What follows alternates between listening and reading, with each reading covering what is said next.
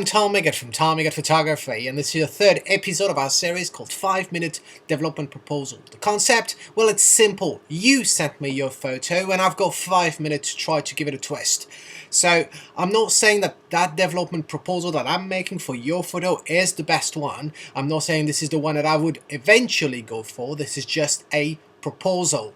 You do whatever you want with it. Hopefully you'll like it, maybe. Trust me, it's a tough exercise, right? Yes, I do photography for a living, but I'm an artist photographer, meaning that I need to be inspired. And most of the time, I must admit, when I press the shutter, I know pretty well, at 95%, what type of edit I want to give. So try to edit a photo that is not yours, that you haven't gone through the process from scratch, is really tough. But hey, I'm here for a challenge, so let's dive in. Let's see what you guys sent me and what I picked up. Well, here are a few that you guys sent me. So basically you provide me this one, that one, this one, and the two others. So let's start with my friend Pierre Alexandre. He sent me this one. Alright, and I must admit, I was blank. I was really blank. I had no idea what to do with this one. Why? Because it's not a bad picture. But the background, it's so hospital-like. It's so boring. It's not interesting. And you've got that dude on the side that it's kind of ruining your picture in a way. So the only thing I could think of in 5 minutes is to basically change the crop. So this is what I'm gonna do. I'm gonna come up with something like this. Alright, so if I went into Photoshop, I could get rid of that shoulder. So let's assume that I would have done this. This is what I could have done here. Then when X. Well, what I usually do is I don't go and try to mess around with all the settings and try to figure out what goes right. I use my usual presets and I just see if there's something that just inspires me. And here, this isn't really anything that strikes me as a great edit. And sometimes your photo cannot be that artistic. You know, it's a mugshot. That's what it is. So what would I do here? Well, as I often do, I would maybe play with the vignetting a little bit. I like vignetting, but it has to be subtle. So you see, I usually go for the amount, narrow the center, and then I go feather fully, so there's a nice gradation. That's as far as I would go here, and in Photoshop I would actually get rid of this one. So, sorry Pierre Alexandre, I'm not very inspired for this shot, but is it better than what it was before? I don't know, let's see. Here, yeah, it's better framed, but it's still not a great photo at the end, so sorry, that's all I would do on this one. The next one, seems that you really put me in challenge here, put me on the spot. Why? Because it's one of those journalistic event coverage type of shot that it's real life. Is it interesting? No, really. And it's fully polluted. Polluted by what? Polluted by this guy right here. This is a total nightmare. Forget about this little dude here. Doesn't bother me. But this guy bothers me a lot. Why? Because my rule is simple. I like to put, when I frame my subject, I like to make sure that there is more space in the direction of sight. Here, she's looking this way, so this is where I want more of my space when I'm going to frame it. But you're going to see, no matter what I do, this dude is in the frame and is pissing me off. So let's see. I could go tight, right? So let's go tight somewhere about this way. Look what we get. This. It's not great. So making it less tight, I can. Then I could maybe make it as vertical, right? Let's go vertical. Alright. Alright, I've got a problem here. Houston. Alright, okay. Let's go vertical. But I still want, okay, slightly on the side. And I could do this. The dude is omnipresent. It's really, really pissing me off. Then you may say, well, Tom, just do a vignetting. Alright, okay, let's do a vignetting. And I'm just gonna, I need to make it bigger, right? Because if I make a vignetting and half of her face is dark, then that's not great. So let's go for a vignetting.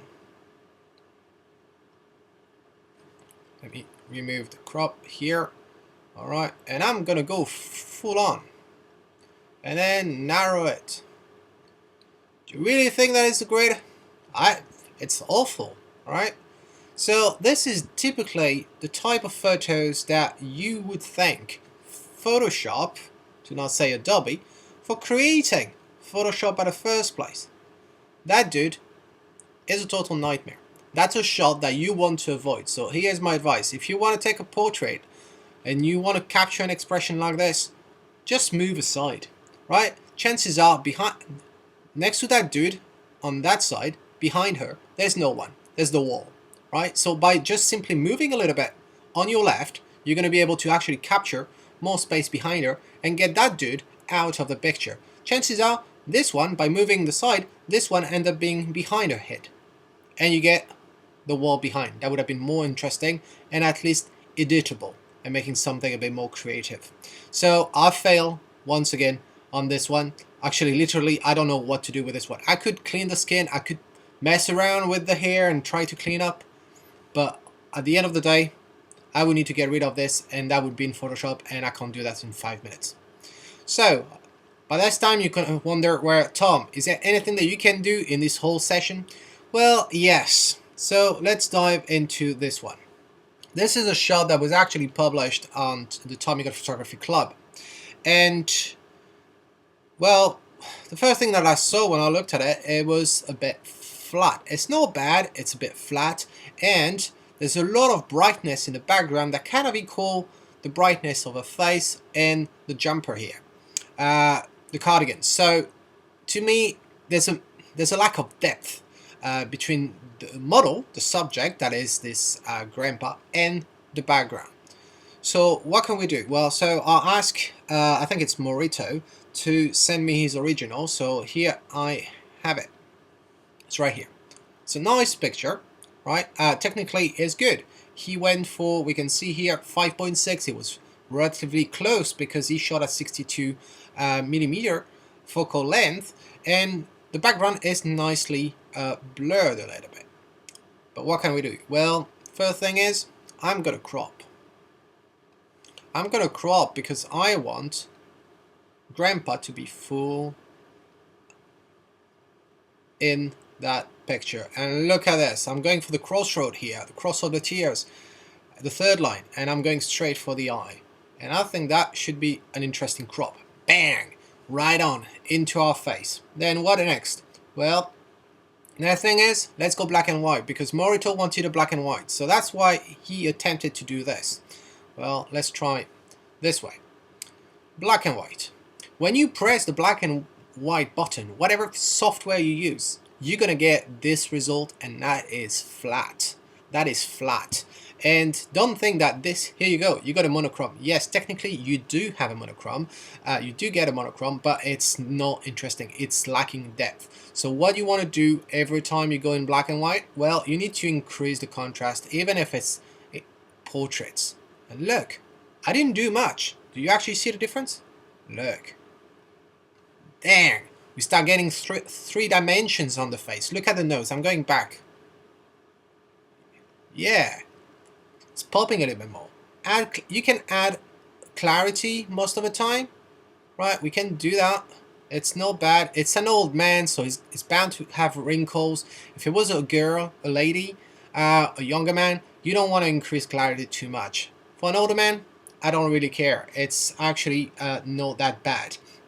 And then, well, then I want to get that background darker. So let's use the brush.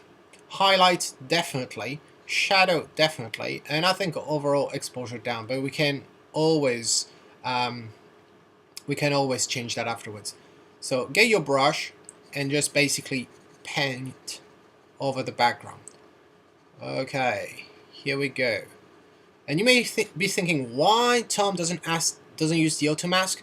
Well, the reason I don't use the auto mask is sometime I'll show you in a second. I mean, I could use it. It's not bad, but there are places where it's not going to be equal. You see over here, it's not going to be equal. Hence, I didn't use it. I want to cover it all. I don't care if it was highlights, if it was a different tone, different range of pixels. I wanna paint all over this. And let me show you something.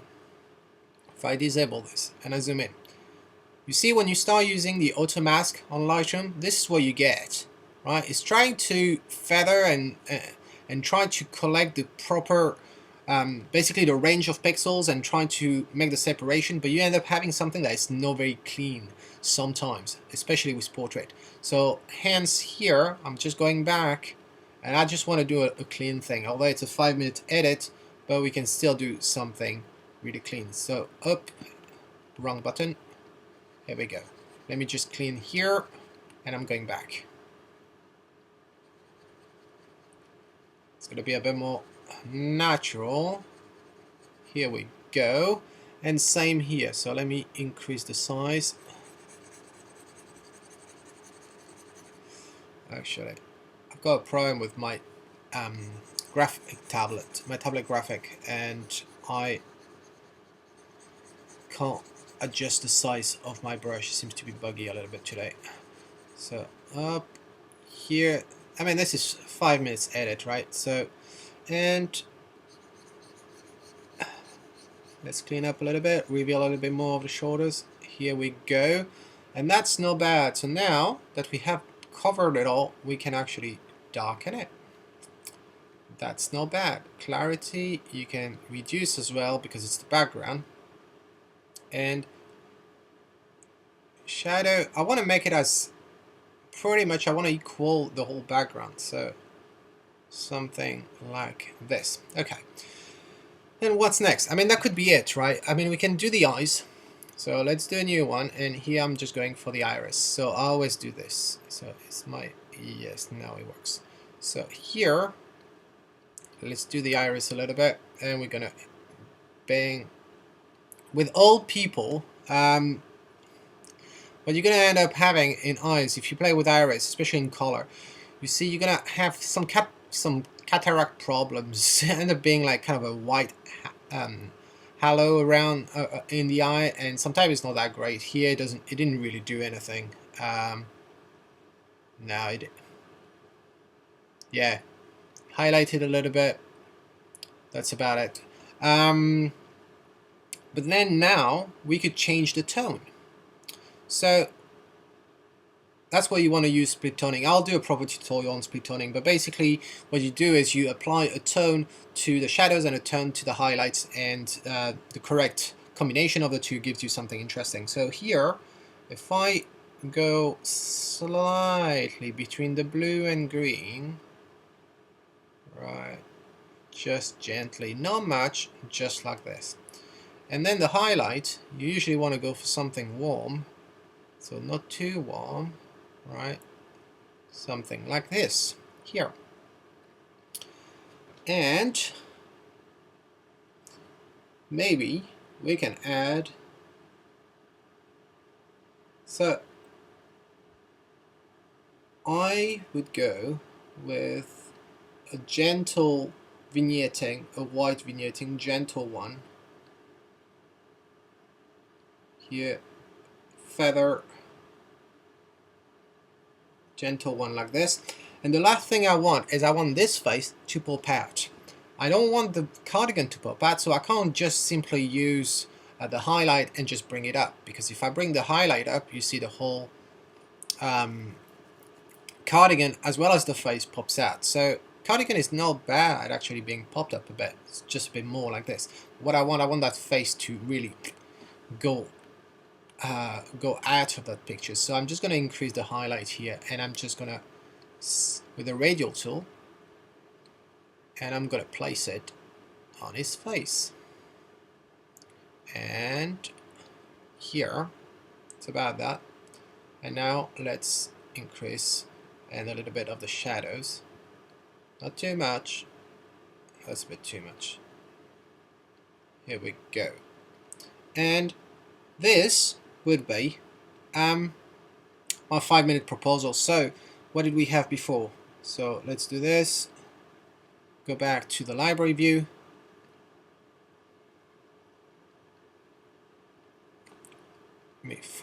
Here we go.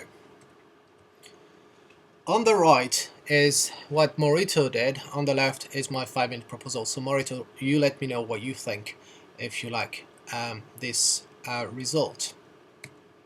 So I'm just gonna make a save. Well, I'll do a save later. Let's go with this one. So that little girl here. The first thing that I had a problem with this little girl, so it was posted on Tommy Gun Photography like this. And that tells me that, I can't remember who actually posted this, but basically what I think you did is just pressing the black and white feature and you obtain this monochrome, which is rather flat. So I'll ask the guy to send me his original, and this is what we got. But that's a small original, as you can see, it's 800 by 530. So the first thing I want to do is go in Photoshop if I wanted to edit it and enlarge the photo. But here, let's dive in very quickly. What I want is, I want to change the crop. I want to change the frame. The reason is, she's wearing glasses. The shot was shot from slightly above her face. Therefore, we don't see much of her eye. I mean, we see it, but not fully. And it gives kind of a weird perspective on her. So, the first thing I would like to do is go tight on her face. So, we change the perspective slightly, as if we were roughly at the same eye level as our subject. She's a kid after all. The reason also I want to crop is the background is not bad. I mean, it's like it's for a girl, so the dots on the wall, not a problem. But look, it stops here. There's this chair here. If only the whole background was the dots, the red tapestry with the dots, fair enough, but it isn't. So let's go in tight. When I said tight, I really mean tight.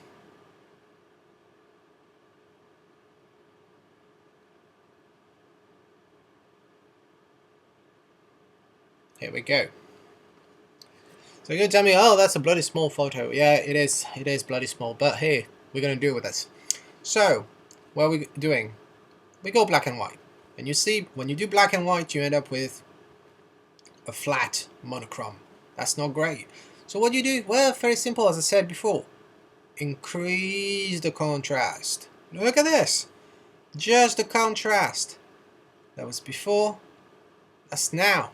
Bang. Then you want to get her skin a little bit brighter. So let's go here to the black and white levels and basically click on the face and you bring it up. Bang. That's already better. Let's look. It was like this after contrast. Bang. It's much better. Then what we want to do is maybe the eyes. I don't know how much of the eyes I'm going to be able to get here.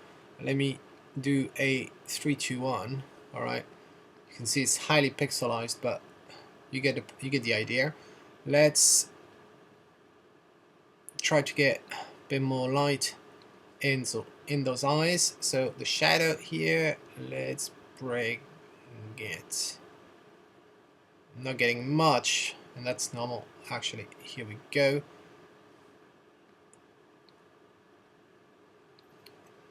Not getting much anyway, so the highlights, that should be enough. And that's about it. So you see, that wasn't even 5 minutes, but truthfully what you would want to go is go through Photoshop, do the split frequency cleaning method. If you don't know what I'm talking about, watch that video that I released not a long time ago, I don't know, 5 weeks ago, or a month ago now, on the split frequency. It's great for cleaning portraits. So you go through this and then you start here, and let's see the comparison between the two. Well, you tell me. I think the right version is rather flat, and the one on the left get a little bit more punch. So let me know. The final one is right here. So this one, and I don't remember who sent me this, said I think his girlfriend doesn't like being on photos that much, and he's not satisfied with the result. He doesn't know what to do with it.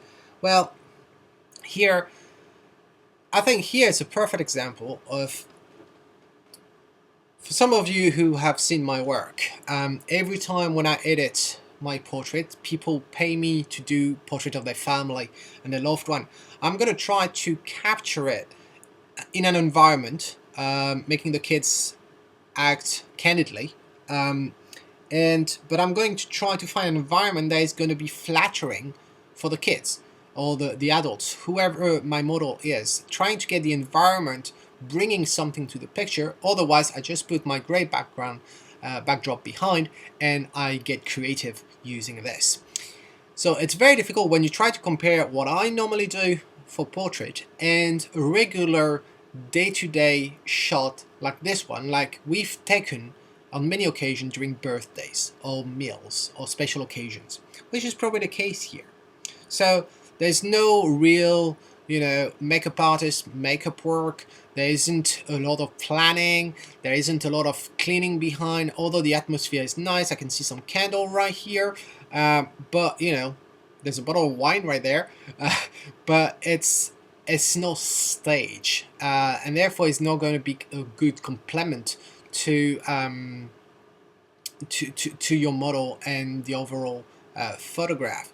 So what you're going to end up doing, cropping. That's all I say in this video today.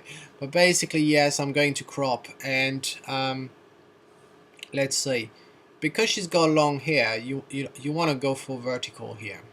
Ooh, I didn't want that rotation. Sometimes my finger doesn't do what I want. Like this, and let's bring it down. Okay, and we don't need to go, yeah, like this is fine. Let's reposition. Let's apply the, and we are 2x3. That's good, 2x3.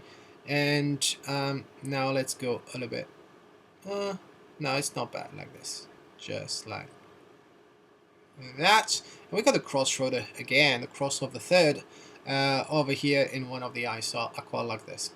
And this is what we'll have. Well then, yes, you would go Photoshop, split frequency, clean the skin.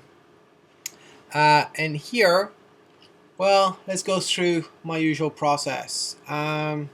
Is there anything that I find flattering? Not really. None of my presets seem to be offering something interesting. So what do we do in this case? Well, let's go black and white.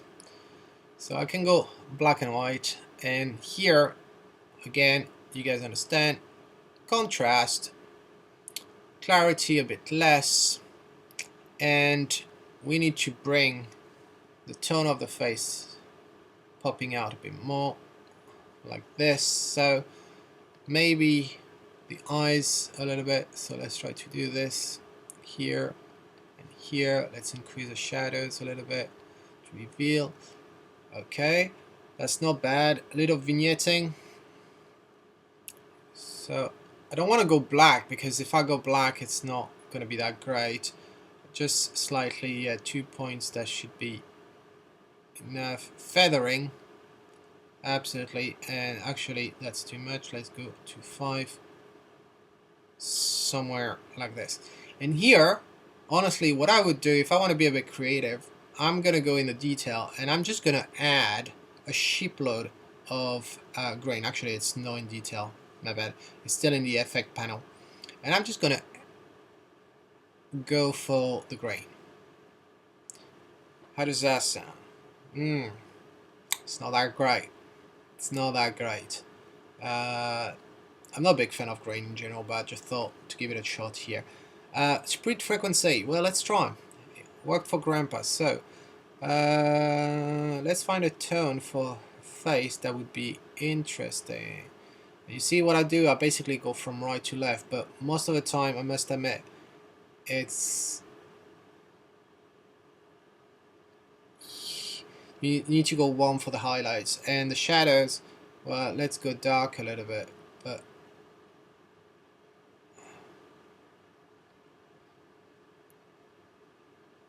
we want to go subtle here. Okay, let's do something like this, and maybe I want more contrast. I want more contrast and changing the temperature of the shot a little bit. Here we go. That's not bad. And then because there's some distraction right here at the top, let's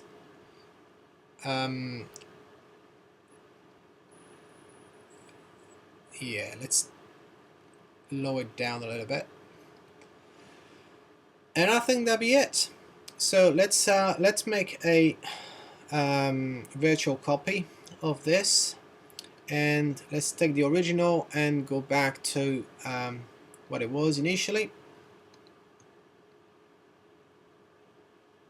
and compare. You tell me if you find this interesting or not. As I said, this is an exercise that I find very, very difficult. If you expect me to be super creative in 5 minutes and create a masterpiece in 5 minutes, that's not going to happen. This is not what I'm going for. If it was landscape, yes, it would offer me more leverage and I could actually come up with something more interesting. Here we're dealing with portraits. Portraits require planning, require vision, a pre-visualization. Well, that's a big word. Pre-visualization. When you take the shot, just before you take the shot, you already foresee what the result is going to be, and that's where the magic happens. Not too much afterwards, if you've done your work properly. So here it makes it very, very difficult for me today, I must admit. So hopefully you find this interesting, informative, somehow, and let me know in the comments. Let me know what you think. So until next time, this is Tommy God saying, if you like it, well, capture it. Think before you press the shutter, or you will have a hard time like I did today. Ciao.